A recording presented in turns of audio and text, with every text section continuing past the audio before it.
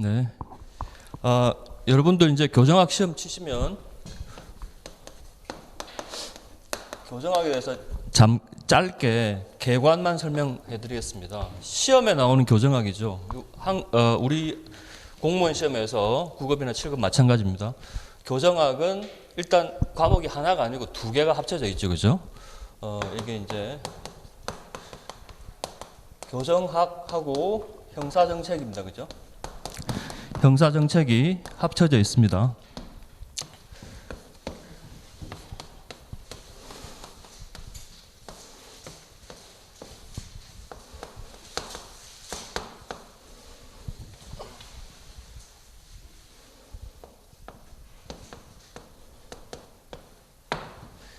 교정학은 피날로지라고 그러고요. 크리미널로지인데 요 교정학 부분하고 형사정책을 두 개를 묶어서 시험을 치는 거죠, 여러분들이. 근데 이 교정학과 형사정책을 이제 대충 어떤 커리큘럼으로 책이 구성되어 있는지를 알아야 공부하실 때 이해하기가 훨씬 편해서 제가 잠깐 말씀드립니다.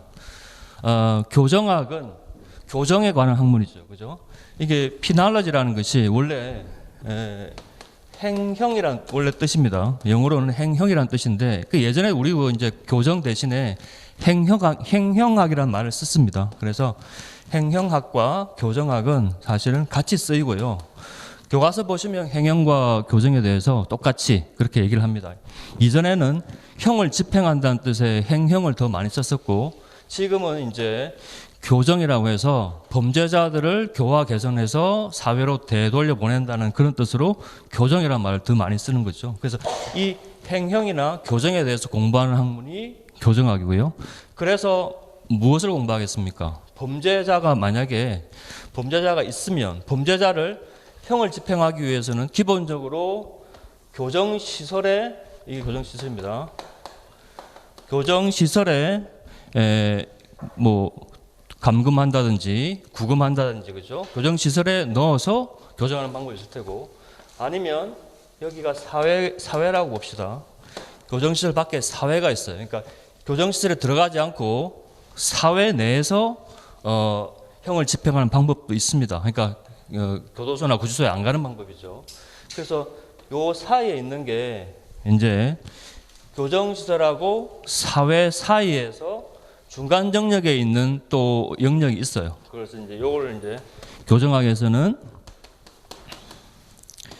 사회적 처우라고 말을 씁니다. 요 교정시설에서 하는 것을 시설 내 처우라는 말을 쓰죠. 교정시설 내에서 하는 처우라고 해서 시설 내 처우라는 말을 쓰고 마찬가지로 사회 내 처우라는 말을 쓰죠. 그래서 교정시설 안에서 범죄자들을 처우하는 거 그리고 교정시설과 사회의 중간 영역에 있는 예를 들어서 교정시설 안에 있지만 사회로 다시 나갔다가 들어오는 경우라든지 이 중간 영역 개방적 처우라고도 합니다. 그런 처우도 최근에 많이 늘어나고 있고 더 많이 늘어난 것은 사회적 처우라고 해서 아예 교정시설에 가지 않고 사회 내에서 처리하는 방법이죠. 보호관찰 같은 게 대표적인 겁니다. 그래서 이 세 가지 처우를 해서 형을 집행하는 이것이 교정학입니다. 그래서 예전에는 교정시설에 좀 머물러 있었다면 지금 교정학의 경향은 사회 내 처우를 모두 포함하는 방향으로 확대되고 있다. 그렇게 이해를 하시면 교정을 공부하실 때 좀 편하실 겁니다. 이게 교정학이고요. 근데 우리 책이 여기서 끝나는 게 아니고 그죠? 시험은 형사정책까지 이어지죠. 그죠? 그래서 보통 비율은 교정학이 6, 형사정책이 4 이렇게 시험 비율은 그렇게 나옵니다. 6대 4 정도로 그렇게 공부하시면 되고 형사정책은 영어로 보시면 크리미널로지가 크리미널이 범죄자잖아요. 그죠? 범죄자를 연구하는 학문이에요. 그래서 간단하게 말씀드리면 사회 내에서 범죄가 있을 거 아닙니까? 그 범죄 현상을 일단 연구합니다. 이 사회 내 범죄 현상을 이게 범죄 현상론이라 그래요. 이게 학문 파트입니다. 이것도 이 범죄 현상을 연구해서 뭐가 나오냐면 범죄 원인을 분석하죠.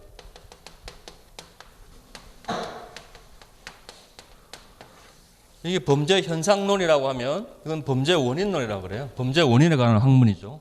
그래서 이 두 가지를 연구를 해서 합쳐서 도출하는 게 범죄에 대한 대책입니다. 이 범죄 대책까지 내는 게 형사정책 혹은 범죄학에 들어가는 겁니다. 크리미널리지에 들어가는 겁니다. 그래서 대책은 두 가지가 있을 수 있습니다. 하나는 사후에 하는 대책이 있을 수 있고요. 사전에 하는 대책이 있을 수가 있어요. 사후에 하는 대책은 형사적으로는 형사제재라는 말을 씁니다. 형사제재는 형사적으로 제재를 가하는 거죠. 두 가지가 있죠. 아시죠? 여러분들 공부하시면 형법이나 형사소송법 파트에 있는 형벌적 제재가 있죠. 이게 형벌이죠. 그죠? 형벌이 있고, 그리고 형벌에 속하지 않지만 사회적 위험성이 있는 사람한테 하는 제재가 뭡니까? 보완처분이죠. 이걸 다 우리가 공부하시는 거죠. 나중에 형벌과 보완처분. 형벌은 형법에서 많이 하니까 형벌 파트에서는 그렇게 우리 교정학에서는 많이 나오지는 않고 보완처분에 관해서 시험에서는 좀 많이 물어보는 경향이 있죠. 그러니까 대책 중에 사전에는 이제 사전 대책으로는 범죄를 예방할 수 있잖아요, 그죠? 그래서 범죄 예방론이 있을 테고, 그래서 범죄가 나타나기 전에 사후에 예측하는 시스템을 연구하기도 합니다. 그래서 범죄 예측이라고 합니다. 이 모든 게 형사정책에 들어가 있어요. 이거 우리 책에 다 들어가 있습니다. 그리고 보완처분에서 이제 특별법이 많이 있는데요. 이게 이제 나중에 적을 필요는 없고 우리가 이제 교정학 하면서 형사정책 파트에서 또 공부하는 여러 가지 특별법이 있어요. 여러분들 아시면 예를 들어서 보호관찰에 관한 법률이 있을 테고, 치료 감호에 관한 법률이 있을 테고, 전자감시, 부차에 관한 법률이 있을 테고, 그리고 성충동 범죄자에 대한 성충동 약물에 관한 법률이 있습니다. 그게 이제 네 가지가 주로 이제 특별법에서 많이 다루는 부분이고, 행형학에서 우리가 다룰 때 기본이 되는, 교정학에서 다룰 때 기본이 되는 법이 뭡니까? 우리가 교정학에서 주로 하는 게 형집행법이라고 하죠. 형집행법인데 줄여서 그냥 형집행법인데, 형의 집행과 수용자의 처우에 관한 법률이죠. 형의 집행과 수용자의 처우에 관한 법률이 교정학 파트에서 거의 그 안에서 60%가 나온다고 보시면 됩니다. 이 법 안에서만 우리 시험 문제 60% 정도 나온다고 보시면 되고, 교정학 파트에서. 그러니까 이게 제일 중요한 법률이죠. 그죠? 이 법률이 말 그대로 법률입니다. 근데 법 공부하신 분들은 법의 체계가 있을 거 아니에요. 상위 체계가. 법률 다음에 뭐라고 그러죠? 보통 명령이라고 배우셨죠. 명령, 대통령령이 있습니다. 대통령령으로서 형의 집행과 수용자에 관한 법률 시행령이 있어요. 이것도 공부를 하시는 거고, 그리고 대통령령 밑에 부령이 있거든요. 법무부령입니다. 그래서 법무부령으로서 시행 규칙이 있어요. 이거 형의 집행과 수용자에 관한 법률, 처우에 관한 법률 하고 시행령, 시행규칙, 이게 법무부령인데 요 세 가지가 주로 시험에 많이 나오시는 법률이라고 보시면 되고, 공부하실 때 시행령이라고 하다가 또 규칙이라고 하다가 이렇게 막 헷갈리게 했는데 요 세 가지 체계만 아시면 공부하실 때 좀 편하실 것 같아요. 법률, 명령, 규칙인데 시행령이 대통령령이고 시행규칙이 이제 법무부령으로 되어 있습니다. 그러니까 그거 아시고, 이 정도가 간단하게 말씀드리면 우리가 공부하는 형사정책입니다. 교정학과 형사정책 합쳐서 교정학에 관한 분야입니다. 그래서 하나 빠뜨린 게 있네요. 형사정책에서 이게 지금까지 다 얘기한 것은 성인에 관한 거죠. 일반 성인에 관한 거고, 특수한 형사정책 파트로 소년 형사정책 분야가 있죠. 그래서 소년 형사정책론이라는 게 있습니다. 소년 형사정책론을 이제 형사정책 파트 뒤쪽에서 따로 빼서 공부하시는데 이 중요하죠, 그죠? 소년이라는 것은 일정한 나이에 이르지 않았지만 그래도 사회 위험성이 있고 범죄 실행에 능력이 있는, 그래서 제재가 필요한 그 분야를 다루는 게 소년 형사정책론이거든요. 여기에서는 이론이 또 있지만 중요한 거는 법률 위주로 공부를 하셔야 돼요. 그래서 법률 특히 두 가지입니다. 하나가 소년법이고요. 그 다음에는 보호소년 등의 처우에 관한 법률입니다.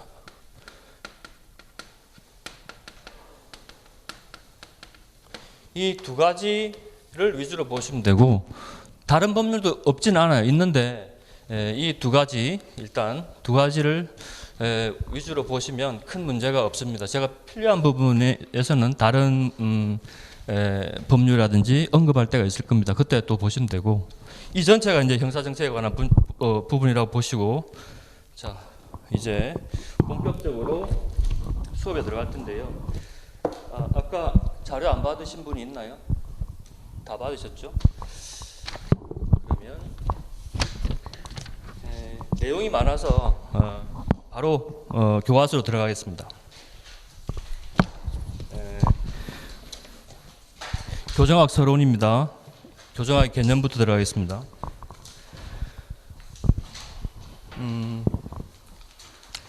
아까 교정학 설명할 때 제가 말씀드렸다시피 교정이라는 게 뭔지부터 설명하고 있죠, 그죠? 교정이 뭐냐? 말 그대로 고치는 거예요. 이렇게 바로 잡는다는 뜻이죠. 바로 잡는 뜻이고, 교정은 행형하고 같은 뜻이라고 했습니다. 지금 교정이 더 많이 쓰이고 있고, 법적인 개념이라고 보시면 돼요. 목적 개념이라고 보시면 돼요. 행형은, 교정은 바로 잡기 위해서 교정을 하고 행형을 하는 거거든요. 그래서 목적 개념이라고 보시면 되고, 범죄자에 대한 교화 개선 및 교정 행정과 관련된 일련의 문제를 이론적 과학적으로 연구하는 학문이다, 이렇게 되어 있죠. 이것도 시험에 한번 나온 적이 있네요. 행형과의 관계는 아까 교정이 실질적이고 이념적인 그런 관계라면 행형이라는 것은 형식적이고 법률적인 관계입니다. 내용이 같은 것의 이면적인 그런 표현이죠. 하나가 실질적이고 이념적, 행형이라는 것은 법을 집행하니까 형식적이고 법률적인 관계다, 이렇게 보시면 되고 같은 거라고 보시면 됩니다. 법적 개념이다. 그래서 행형 뜻은 법을 집행하는 거. 맨 마지막 번에 보시면 교정은 형의 집행에 그치지 않고 범죄자의 교화 개선을 통한 제사회화의 이념을 반영한 개념이다, 이렇게 되어 있죠. 그냥 읽어보시면 됩니다. 그리고 교정 범위에서 교정이 어디까지가 교정인가, 이게 시험에 몇 번씩 나왔어요. 그래서 요거는 중요하게 보셔야 됩니다. 교정을 어디까지 볼 것이냐. 우리가 교정은 형의 집행 및 수용자의 처우에 관한 법률, 줄여서 형집행법 혹은 수용자 처우법이라고 얘기하거든요. 그 형집행법에 근거한 교정을 아시는 게 제일 중요합니다. 그래서 교정을 이론적으로 막 공부하시는 것보다는 형집행법상의 교정이 어디까지인가. 그래서 제가 말씀드린 그 두 번째 있죠. 최협의 말고 협의. 그게 형집행법상의 교정의 범위에 들어가는 겁니다. 그래서 그거 위주로 보시면 돼요. 일단 최협의는 그 옆에다가 수형자라고 적어 놓으십시오. 최협의 옆에는 수형자라고 적어 놓으십시오. 수형자가 뭐냐 하면 그게 나와 있죠. 자유형 집행자 그리고 노역장 유치자, 이 두 부류를 합쳐서 수형자라고 합니다. 자유형은 징역, 금고, 구류가 있잖아요. 구류형을 사는 사람하고 노역장에 유치되어 있는 사람, 벌금을 안 내서 노역장 유치를 하는 사람이 노역장 유치자거든요. 그 두 부류를 합쳐서 수형자라고 합니다. 이게 제일 좁은 의미예요, 교정에서. 근데 협의로 넘어가면 이게 수용자 처우법에 나오는 개념인데 옆에다가 수용자라고 적어 놓으십시오. 협의는 어떤 뜻이냐면 수용자 개념이거든요. 수용자가 아까 말한 자유형 집행자하고 노역장 유치자에다가 이걸 더하는 거예요. 미결 수용자 그리고 사형 확정자, 요까지 들어가는 게 수용자 개념이고, 우리가 제일 중요하게 봐야 할 법 집행, 형의 집행에 관한 법률에 나오는 교정의 범위에 들어간다고 보시면 되고, 여기에다가 하나만 더 넣으면 피감치자하고요 일시수용자라는 거 있습니다. 요거를 같이 적어 놓으시죠. 피감치자 혹은 또 일시수용자가 있는데 이 두 가지도 이 협의의 개념이 들어갑니다. 두 번째 개념이 들어가거든요.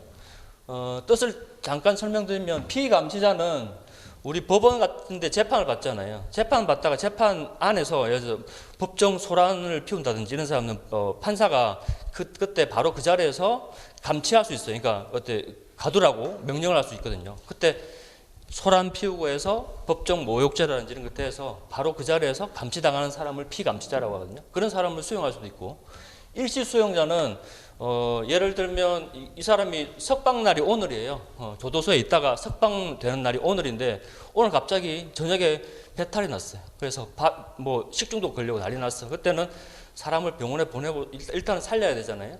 그런 경우에는 오늘 석방을 안 하고 병원에 한 이틀, 하루 이틀 있다가 그 다음날 나가도 되는 거예요. 그때 특별한 경우에 일시 수용을 하는 사람이거든요. 그런 사람까지 형집행법상에서 수용자로 분류를 합니다. 그래서 두 번째 그 단계에 들어간다는 거고요. 그 다음에 광의가 있죠. 광의의 개념에는 지금까지 개념에다가 자유박탈적 보완처분 돼 있잖아요. 그죠? 그것도 중요합니다. 자유박탈적 보완처분 여기까지. 자유박탈적 보완처분이라는 것은 형법에 적용을 받지 않지만 보완처분이지만 구속되어 있는 효과와 같은 효과가 되는 거죠. 신분상 나갈 수가 없는 경우에, 예를 들어서 치료감호는 병원이거든요. 병원이지만 나갈 수가 없어요. 그래서 이 사람들은 갇힌 상태로 있어야 되고, 소년원도 마찬가지잖아요. 이게 교도소가 아니지만 소년원에 가서 예를 들어서 소년원 1, 2년 살면은 그 안에서 나갈 수가 없거든요. 자유박탈적 보완 처분까지 포함하는 것이 광의의 개념에 교정에 들어간다는 얘기죠. 그리고 최광의는 맨 밑에 사회 내 처우가 돼 있죠. 그걸 확인하시면 됩니다. 사회 내 처우라는 것은 이제 교정시설에 아까 말씀드렸듯이 가지 않고 사회 안에서 처우를 받고 교화 개선되는 그런 경우거든요. 그래서 사회 내 처우까지 포함하는 개념, 요게 교정의 개념인데, 오늘날의 교정은 추세가 어떻다고요? 시설 내에서 이렇게 사회 내까지 확대되는 개념입니다. 교정이 확대되기 때문에 여러분이 공부하는 양이 늘어나는 거예요. 시설 내에 처우만 하면 교도소, 구치소만 공부하면 되죠. 근데 여러분들 지금 공부하시면 책에 보시면 알겠지만 보안처분도 공부하고 뭐 수강명령 이런 거 다 공부합니다. 그게 뭐예요? 사회 내 처우거든요. 오늘날은 거의 교정을 어디까지? 최광의까지 보고 있기 때문에 그렇게 공부하고 계신다, 이렇게 생각하시면 되죠. 네, 그렇게 하고요. 그 다음 페이지 교정의 이념으로 가겠습니다. 교정의 이념은 형벌의 목적하고 불가분의 관계에 있습니다. 자, 교정을 왜 하느냐, 이게 교정의 이념이거든요. 그러면 교정에 하는 주로 수단이 뭐냐면 형벌로서 하죠. 물론 보완처분도 있지만 형벌이 줍니다. 그러니까 형벌을 왜, 형벌의 목적이 뭔가 하고 교정 이념하고 불가분의 관계 똑같다고 보시면 돼요. 이게 같은 문제라고 보시면 되거든요. 그래서 교정의 이념에는 형벌의 목적에 대해서 설명을 합니다. 그래서 형벌 목적은 이제 이론이 막 들어가거든요. 그러니까 여러분들 교정학 공부하실 때 조금 한 번씩 공부하다가 좀 이게 이해가 바로 안 되는 게 뭐냐면, 법 과목 같기도 하고 사회 과목 같기도 하고 어떤 경우는 행정 과목 같기도 하고 어떤 경우에는 심리학도 나오고 이렇게 되면 짬뽕이 돼 있어. 여러 가지 과학이 섞여 있어 가지고 한 가지의 체계가 없는 경우가 많습니다. 지금 마찬가지로 지금 하는 것은 법 철학적 부분이에요. 그러니까 형벌의 목적에 관해서 철학적으로 파고드는 거죠. 그 이론을 공부하는 거거든요. 그래서 좀 교정학 공부하실 때 좀 왔다 갔다 하실 수가 있어요. 공부하실 때. 하지만 깊게 하지는 마시고 제가 말씀드린 그 정도까지만 공부하셔도 충분할 것 같습니다. 일단 시기적으로 나눠져 있습니다. 응보형, 그 다음에 목적형, 그 다음에 교육형주의, 이렇게 시기적으로 나눠져 있고요. 제일 처음에 나오는 응보형주의라는 것은 이론적으로는 고전 학파라에 속합니다. 고전 학파, 예전이니까 학파 중에 고전 학파에 속하는데 범죄 행위 자체가 바로 금제 행위를 하면 그에 상응하는 형벌이 있어야 한다 이거죠. 그래서 형벌을 왜 하느냐? 형벌의 목적이나 본질이 뭐냐? 응보다는 거죠. 바로 범죄 행위에 대한 응보, 상응하는 행위에 대한 응보다. 이게 응보형주의입니다. 간단하죠. 네가 범죄를 했잖아. 그럼 그에 대한 상응하는 게 뭐야? 형벌이야. 이게 응보주의가 되는 겁니다. 이 대표적인 사람을 이름 한 사람만 적어 놓으시죠. 공부하신 분은 알겠지만 칸트입니다. 칸트. 독일의 철학자인 칸트가 당시 응보형주의를 대표하는 사람이라고 볼 수 있고요. 고전학파라든지 이 응보형주의가 나오면 같이 가는 게 객관주의 형법 이론입니다. 객관주의. 같이 적어 놓으시죠. 나중에 또 나옵니다.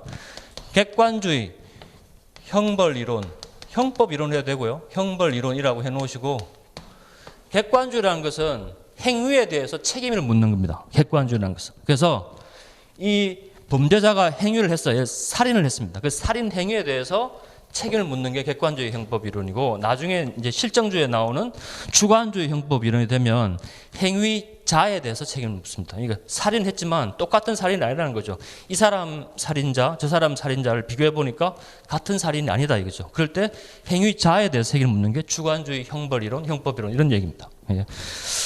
그리고 응보형주의는 그래서 응보에 대해서 뜻을 아실 테고, 형벌이 이런 응보 말고는 다른 목적이 없다. 그래서 절대설이라고도 합니다. 절대설이라는 것은 형벌의 목적이 응보 말고는 다른 건 없다. 그러니까 그래서 절대설이라는 얘기죠. 그 말은 목적형주의 이런 거는 상대설이라고 얘기하죠. 왜냐하면 목적형은 형벌의 목적이 따로 있는 거예요. 그래서 상대설이라는 말을 쓰기도 합니다. 그래서 목적형주의, 목적형주의로 넘어가면, 목적형주의는 일단 형벌의 목적이 뭐라고 나와 있습니까? 사회 방위라는 말 보셔야 돼요. 사회 방위의 수단이다. 이게 사회를 방위하기 위해서 형벌을 내린다 이렇게 보는 거죠. 이게 목적형주의고, 여기에 대표적인 사람이 리스트입니다. 독일의 철학자 리스트고요. 한 사람 정도는 아셔야 되죠. 목적형주의는 리스트가 대표적이고, 이 사람은 사회방위주의를 바탕으로 했어요. 사회방위주의 자주 나올 겁니다. 나중에 사회방위론 혹은 사회방위주의라는 말을 쓰는데, 사회방위주의를 바탕으로 해서 사회를 방위하기 위해서 목적이잖아요. 그래서 형벌이 필요하고 나중에 또 보완 처분이 필요하고 이런 말을 많이 했습니다. 그래서 사회방위주의 바탕으로 했다. 그리고 목적형주의는 목적이 있기 때문에 그 범죄자를 격리 구금을 해요. 그러고 난 다음에 목적이 뭐야? 이 사람을 교화 개선시킨다. 그래서 사회에 복귀하게 한다. 이런 목적이 있는 거죠. 그죠? 목적형주의는 하나로 나눠지지는 않습니다. 여러 가지 목적형 안에서 여러 가지 파가 갈리기도 해요. 나중에 나오는 교육형주의란 말이 목적형주의의 일부라고 보시면 됩니다. 거기서 분파돼서 나왔다고 보시면 되고, 더 발전된 이론이라고 보셔도 되고 그렇습니다. 목적형주의는 두 가지가 있죠. 특별 예방, 일반 예방 이렇게 되어 있습니다. 목적이 뭐냐에 따라서, 일반 예방은 일반인이 범죄를 저지르지 않게 하는 게 목적이고, 특별 예방은 뭐예요? 범죄자가 범죄를 다시 저지르지 않게 재범 방지를 위한 것이 특별 예방이죠. 그 두 가지로 목적형주의를 나눌 수도 있습니다. 보시면 일반 예방은 고전학파라는 말이 나와요. 고전학파가 강조를 했었고, 특별 예방은 이번에 보시면 실정주의 학파가 강조했다 이런 말 나오잖아요. 그죠? 실정주의라는 게 고전주의 다음에 이제 시기적으로 나오고, 그죠? 여기서 과학이 발달하고 이러면서 어떤 과학적인 방법 이런 걸 써가지고 경험적 방법을 써서 이제 학문이 조금씩 변화하는 그런 순간이 이제 실정주의라는 말을 쓰는데, 그래서 범죄자들도 결국 과학의 힘을 빌려서 이 사람을 교화 개선해서 바꿀 수 있다는 믿음이 있기 때문에 실정주의가 나오는 거예요. 그래서 특별 예방주의가 이제 실정주의를 바탕으로 보고 있다 이렇게 보는 거죠. 그 다음에 세 번째 보시면 교육형주의가 있습니다. 교육형주의는 그 책에 한글에 나와 있는 리프만이라는 사람이 있습니다. 책에 한글로 나와 있어요. 세 번째 줄에 보면 독일의 리프만이라는 사람이니, 리프만이 대표적인 사람이고, 목적형주의 혹은 특별 예방주의에 속한다고 보시면 돼요. 교육형주의는 그 속하는데, 이 리프만이 한 말 중에 제일 중요한 말이 뭐냐면, 개선 불가능한 범죄인은 없다 이런 말을 했습니다. 그러니까 개선 불가능한 범죄는 없다는 말은 교육을 통해서 모든 범죄를 교화시키고 개선시킬 수 있다 이렇게 본 거예요. 교육형주의는. 리폼하는 경우에는. 그래서 교육형주의의 대표작이라고 볼 수 있고, 첫 번째 줄 보시면 범죄인의 갱생, 사회복귀를 위한 교육에 있다. 형벌 목적이 이렇게 얘기를 하고 있죠. 그리고 하나 시험에서 나온 것 중에 제가 언급드릴 게 있는 게 뭐냐면 교육형주의를 형벌을 폐지했다. 그래서 교육형주의를 하면서 형벌을 폐지하거나 대신했다는 말이 나오면 틀립니다.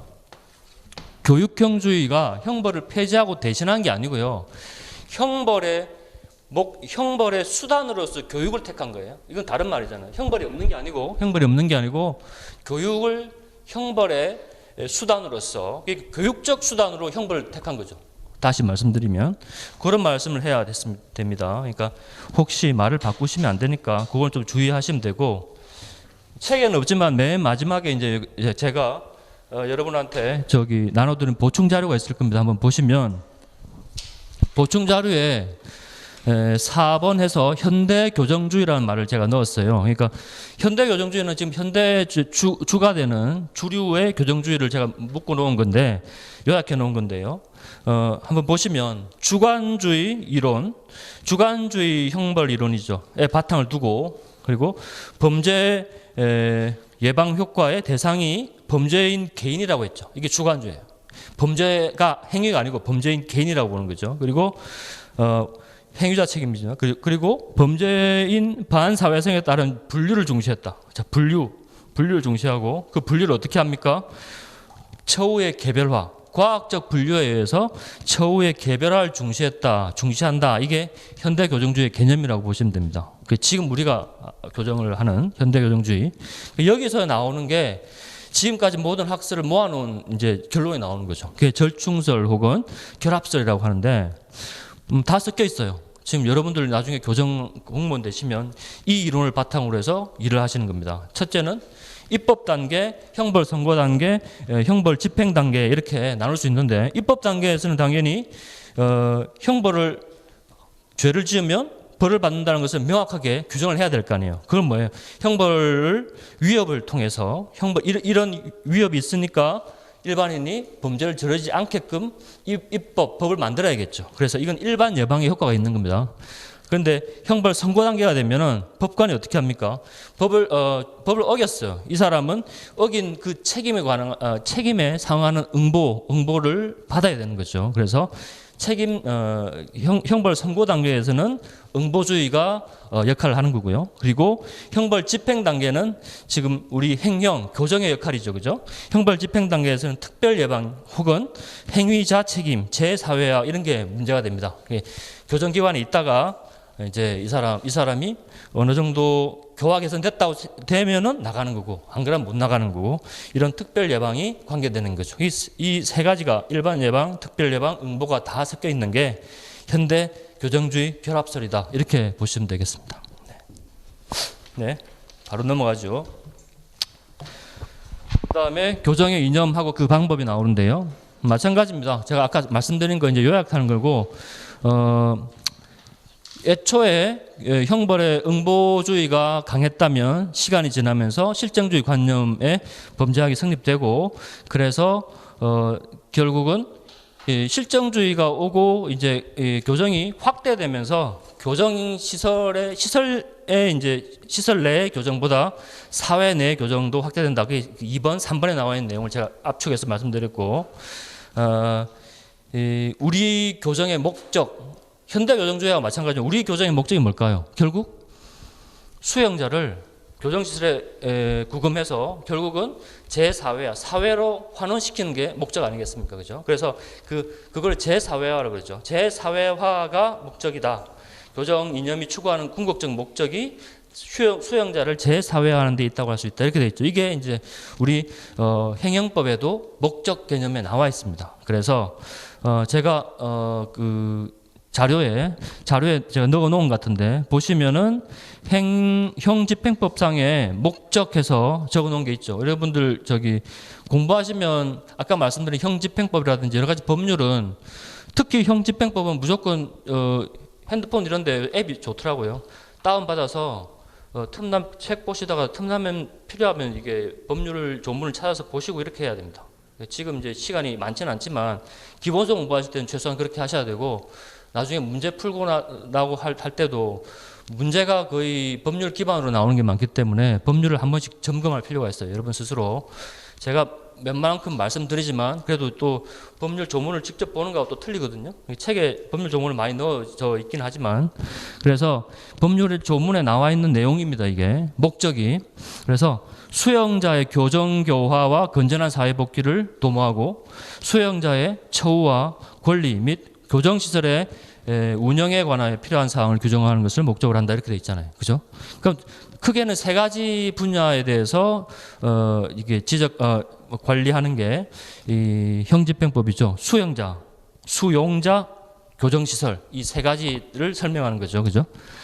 그래서 제4회화 개념이 맨 처음에 나와 있습니다. 수형자죠. 수형자의 교정교화와 건전한 사회복귀 이렇게 되어 있습니다. 그게 제4회화하고 관계되는 거죠. 그래서 제4회화가 조금 법 철학적으로 들어가면 복잡할 수가 있어서 제가 좀 설명을 드렸는데 그건 참고로 한번 읽어보시고요. 제4회화라는 것은 결국은 실정주의에 바탕을 두고 있습니다. 실정주의. 제4회화라는 것은 뭐 아까 말씀드렸다시피 인간이 교정될 수 있다는 믿음이에요.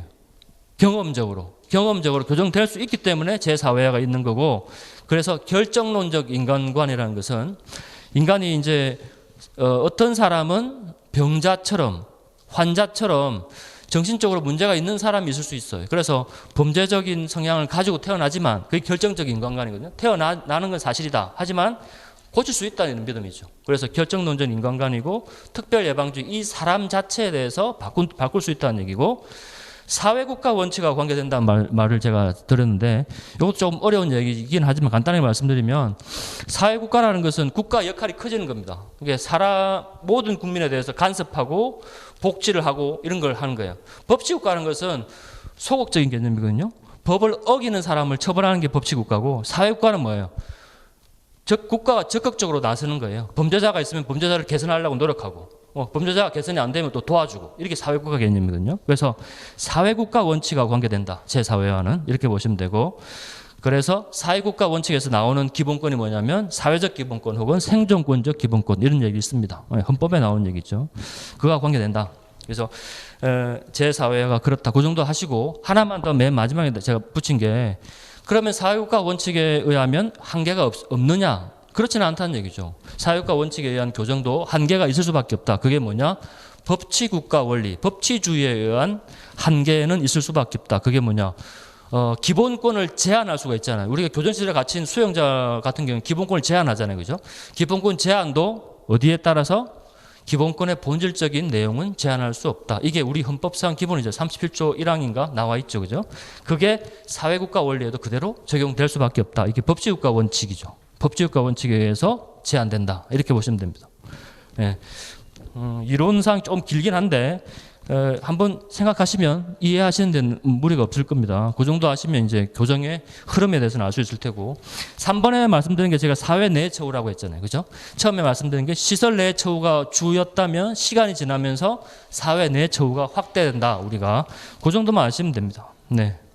아시면 되고 그 다음에 확인학습은 여러분 이제 집에서 공부하시고 하시면 되고 그 문제가 나와 있을 겁니다. 제가 문제 일단 그 자료에 제가 보내드린 자료에 있는 문제를 먼저 하나 볼까요? 이게 지금 현재 나와 있는 교정학 문제 중에서는 제일 따끈한 문제죠. 제일 최근에 나온 올해 7급 문제니까 이게 아마 올해 10월 달인가 9월 달인가 친 문제거든요. 그러니까 한 두세 달밖에 안 됐죠. 그죠? 2달인가 밖에 안 됐죠.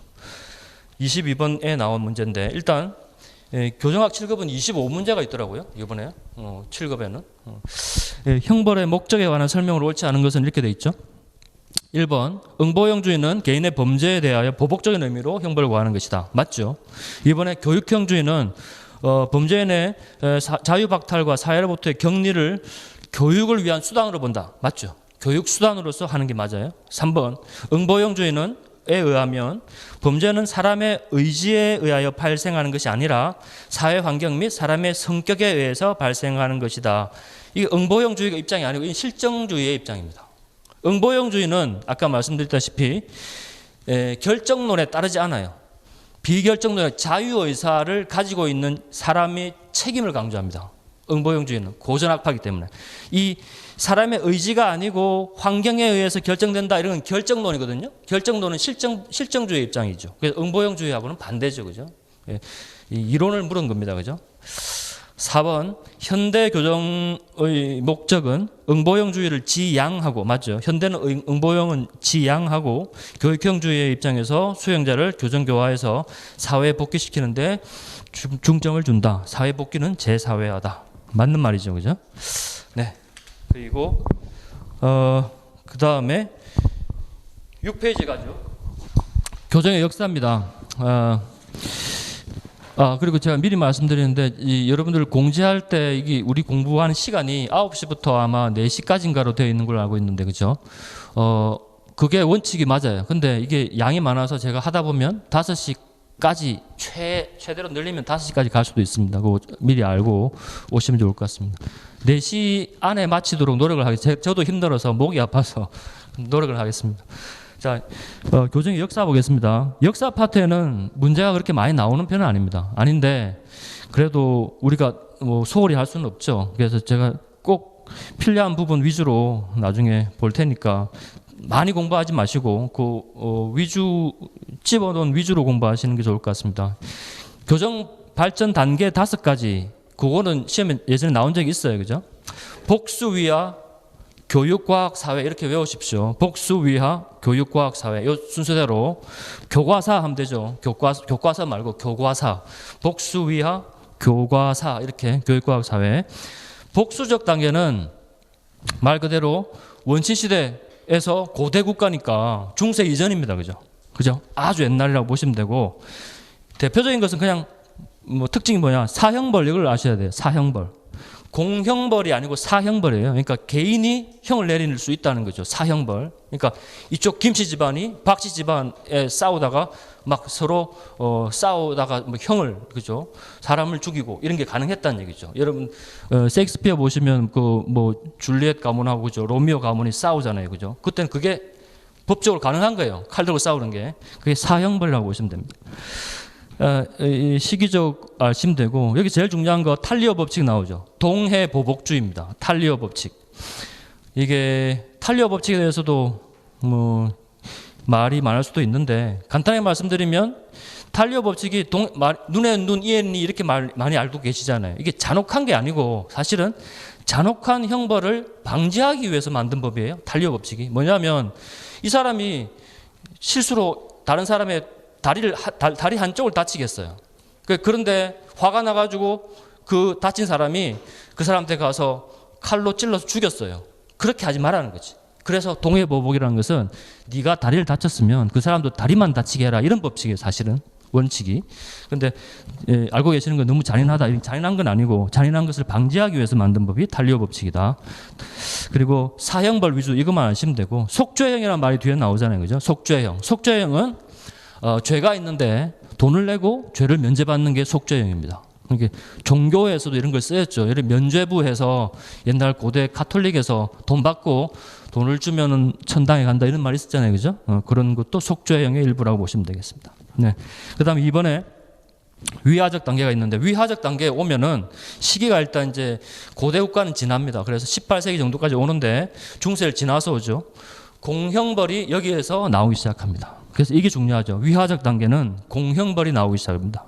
이게 사형벌이 없어진다는 얘기죠. 그래서 국가적 차원 공형벌이 나오고 대표적인 법전으로 카롤리나 형법전이 있습니다. 이거 알아두셔야 됩니다. 카롤리나 형법전.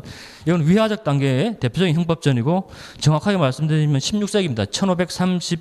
1532년입니다. 1532년에 근대 절대주의 시대의 대표적인 형법전 이렇게 보시면 돼요. 근대 절대주의 시대의 대표적인 형법전인데 여기에는 이제 뭐 공형벌이 일단 여기서 확립됐으니까 그 국가의 공권력에 의한 형벌이 이제 규정이 되어 있는 거죠. 여기에 그리고 하나 더 이제 순회판사 제도라는 게 앞에 3번에 나와 있는데, 순회판사 제도는 뭐냐면 이 당시만 해도 18세기까지만 해도 사법권이 유럽에서도 독립되지 않았어요. 그래서 사법권 자체가 따로 없습니다. 행정권에 속해 있습니다. 그래서 순회판사는 뭐 재판소가 없으니까 이 사법 능력, 사법 그 권한을 갖고 있는 행정관이 판사까지 역할을 하는 거예요. 그래서 각 지역을 돌아다니면서 판결을 내는 겁니다. 그래서 상설법원, 그러니까 순회판사 제도가 있다는 말은 뭐예요? 상설법원이 없다는 얘기하고 같습니다. 그렇게 보시면 돼요. 상설법원이 없는 시대다. 하지만 순회판사 제도가 나타나기 시작했다. 유아시대에. 그래서 3번에 이제 교육적 개선 단계로 가겠습니다. 교육적 개선 단계가 되면 형벌의 법률화가 이루어지고 자유형 중심의 형벌 체계가 형성됩니다. 이게 중요하죠. 교육적 개선 단계가 이제 시기가 뭐예요? 18세기 말, 19세기 중반 이렇습니다. 격동의 시대 아니겠습니까? 이때 인간 뭐 인문주의가 확립되고 뭐 르네상스 이후에 이제 인간에 대한 여러 가지 문화부터 시작해서 과학이 발전하기 시작하는 아주 그런 시기입니다. 그래서 보시면 시기를 아셔야 되고 중요한 거 뒤에 박애주의 표시하십시오. 박애주의 사상이 나타나기 시작합니다. 교육적 개선이라는 것은 수용자도 인간이다 이거죠. 그 수용자마저도 사랑해줘야 되고 인권을 보호해줘야 된다는 사상이 나타나기 시작하는 거죠. 박애주의가. 그래서 이번에 보시면 죄형 법정주의 나오죠. 죄형 법정주의 말 그대로 이제 형벌이 법률화되기 시작하는 거죠. 죄형 법정주의. 아까 카롤리나 형법전이 있긴 했지만 이 당시 형법전하고는 비교가 안 되죠. 죄형 법정주의는 제일 처음 주장했어요. 베카리아라는 사람입니다. 이탈리아 법학자인 베카리아라는 사람이 죄형 법정주의를 주장했는데 이때 19세기 정도인데 이때부터 이제 예전에 있었던 신체형 사람의 신체를 절단하고 죽이고 하는 이런 신체형이나 생명형에서 자유형 인신을 구속하고 가두는 이 자유형 위주로 바뀌었다는 게 큰 변화죠. 이 시기에. 그죠? 죄형 법정주의 꼭 알아두시고 그리고 여기에 관련된 이제 시설이 몇 개 나오는데 요거는 보시고 넘어가면 됩니다. 뒤에 또 나오기 때문에. 네덜란드 암스테르담 노역장이 나오고요. 그리고 미국의 펜실베니아 그리고 오스트레일리아 이런 게 나오거든요. 이때 이제 교정 시설에 어떤 많은 변화가 있었기 때문에 이 시기가 교육적 개선 단계다. 이렇게 보시고 넘어가면 됩니다. 4번 교육적 처우 단계가 나오죠. 과학적 처우 단계. 과학적 처우 단계는 말 그대로 이제 과학이 발전할 대로 발전했습니다. 그래서 19세기 말 20세기 초입니다. 20세기 초라는 것은 거의 뭐 이제 2차 세계대전이 일어나기 그 전까지 과학이 막 아주 발달했을 때 그 단계죠. 그죠?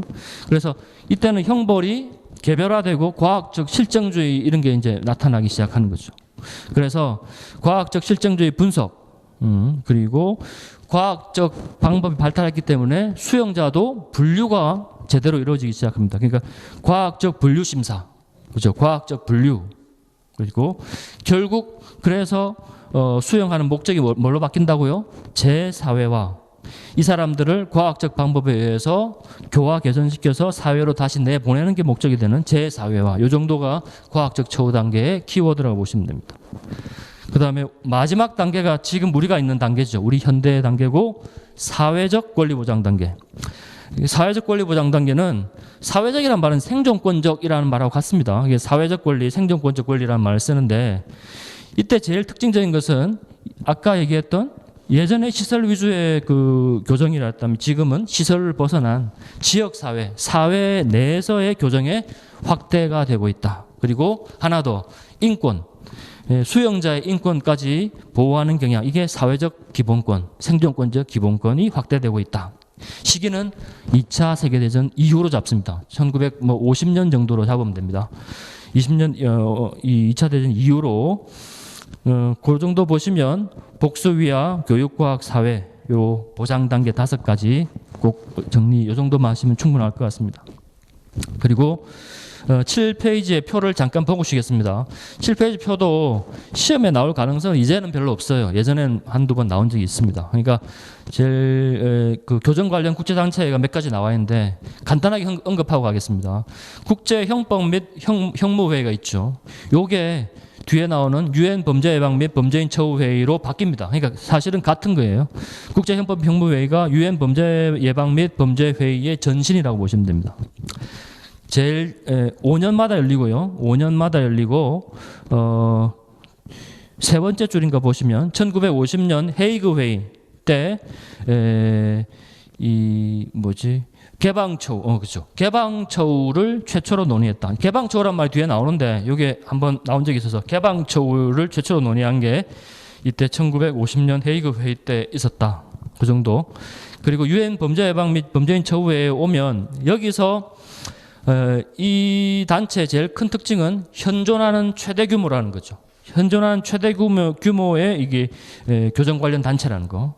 그리고 피구금자 처우 최저 기준 규칙하고 뒤에 나오는 수용자 처우에 관한 유엔 최저 기준 규칙, 이게 또 같은 말입니다. 이게 이름이 바뀌는 거예요. 뒤로 가면. 요걸 지은 단체가 어디냐? 유엔 범죄 예방 및 범죄인 처우회의다. 그 정도만 아시면 되고, 아쉽게도 우리나라에서는 아직 개최가 되지 않았습니다. 그것도 체크하시고, 왜냐하면 우리나라에서 개최된 게 뒤에 나오거든요. 그리고 국제범죄인류학회가 나오죠. 국제범죄인류학회는 이탈리아 학파하고 관계 있거든요. 이탈리아의 범죄 생물학자들이 모인 학파가 있는데 그 주도자가 롬브로조라는 사람입니다. 롬브로조가 일단 만들었다. 주도로 만들었다. 국제범죄인류학회가 범죄인류학파의 수장입니다. 롬브로조라는 사람이. 그 사람이 만든 학파라고 보시면 되고, 후에 여러 사람이 이제 들어오지만 뒤에 페리라는 사람, 맨 마지막 줄에 보면 페리라는 사람이 나오죠. 페리라는 사람도 들어오는데 이 사람은 나중에는 범죄인류학파이긴 하지만 사회학적인 원인에 대해서 연구했다. 이 사회학파에 들어가기도 합니다. 뒤에 형사정책할 때 또 나오니까 미리 제가 말씀드립니다. 그리고 국제형사학협회가 있는데요. 국제형사학협회하고 관련되는 사람은 리스트입니다. 아까 얘기한 리스트, 독일의 리스트인데, 독일의 리스트는 형사정책이나 교정학에 큰 영향을 미친 인물입니다. 나중에 또 나오겠지만, 그래서 리스트와 관계된 인물이 그 협회가 국제형사학협회고, 신파 이론이라는 말이 두 번째 줄에 나오죠. 아까 고전주의, 고전학파, 그게 구파라고 하면 실정주의를 위시로 해서 나오는 학파를 신파라고 하거든요. 그래서 신파 이론 확립 주관주의 형법 이론입니다. 신파 이론 확립의 지대적인 역할을 한 사람이 이 리스트라고 보시면 됩니다. 리스트가 한 거는 뒤에 길어요. 보시면 소년법, 누범, 상습범, 단기자유형, 그리고 뭐 벌금형, 석방자보 이런 거 이전에는 논의되지 않았던 문제를 이 사람이 논의하기 시작합니다. 그래서 큰 역할을 한 거죠, 사실은. 예, 그래서 리스트는 큰 역할을 했고, 그 다음에 국제범죄학회가 있습니다. 국제범죄학회는 이것도 마찬가지로 5년마다 한번 열리거든요. 근데 이거는 1998년에 서울에서 개최된 적이 있습니다. 있고, 여기서 하나 더 보면 국제범죄학 연보라는 책을 발간하고 있고요. 그리고 범죄학 분야에서 논문을 내는데 우수한 논문에 주는 상이 있거든요. 그게 데니스 캐롤이라는 상입니다. 이 상을 수상하는 단체가 국제범죄학 협회입니다. 이렇게까지 나오면 좀 깊게 나오는 거긴 하죠. 그래서 일단 보고 넘어갑시다. 아태 교정국작회의가 있는데, 아태 교정국작회의는 말 그대로 아시아 태평양이거든요. 그래서 아시아 태평양 연안 국가의 교정 책임자죠. 그러니까 우리로 치면 교정본부장이 되겠죠. 우리나라 교정본부장도 이 회의 하면 가야 되는 거죠. 여기서 홍콩에서 처음 열렸고 2005년에 서울에서 열린 적이 있습니다. 여기까지만 보시고 일단 좀 쉬고 하겠습니다.